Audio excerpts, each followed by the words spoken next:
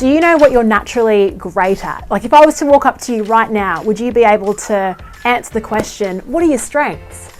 A couple of years ago, if someone had asked me, Leanne, what are your strengths? I would have mumbled and probably hesitated a bit and not been too confident with my response. But I did this amazing assessment called Clifton Strengths, and it was incredible. This report took me 30 minutes to complete the assessment, and I got this report of my top 5 strengths, which really clearly articulated what I was good at and what to continue to optimize.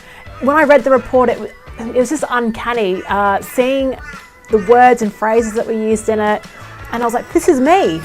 And the best part was that it provided ideas for action. So how do you then, knowing your strengths, how do you then continue to maximize them in both your work life and your home life as well?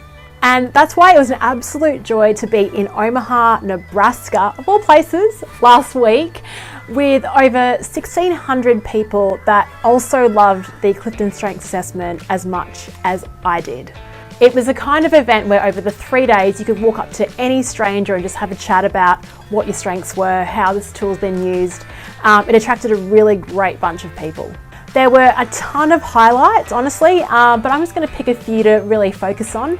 There was a keynote speaker, her name was Donde Ploman, and she works in the university sector. She was incredible, and her message was very simple, and I think the best keynote speakers have very simple messages. She spoke about the concept of leadership and how it is all about having the willingness to take action. I think we find in organisations in all levels of leadership that a lot of people can talk, but it's those people that take the action that really have the biggest impact.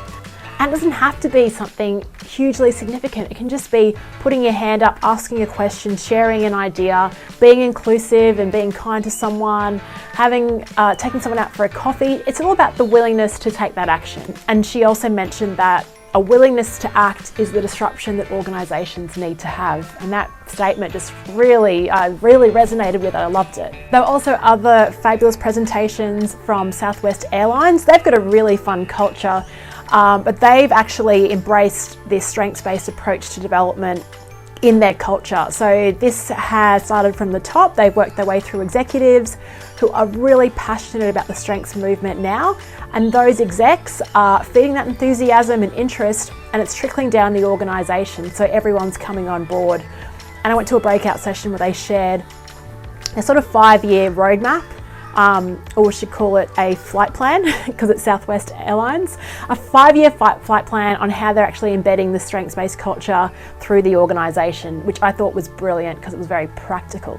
I also loved the seamless organisation of the conference itself and how organised it was, how well planned it was, how amazing the support team were.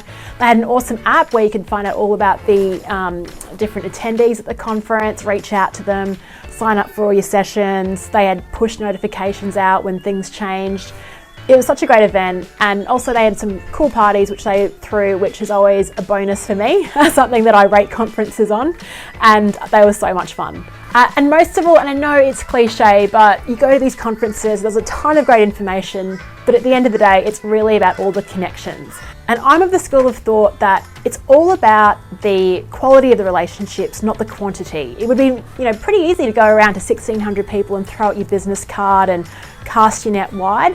But I think it's really about meeting a few good people that can, after the conference, continue to sort of connect with and get inspiration on stuff that I can bring back into Australia on strengths coaching and strengths workshops. And that's where the conference really delivered for me, was through building those really awesome connections with people that I wouldn't have met otherwise. If you'd like to chat more about the strengths movement, you might not know what it means or what it's about, or creating a strengths-based culture, or even how you can use strengths to develop yourself, feel free to send me a DM on LinkedIn. This is one of my favourite topics, so I'd love to help you out.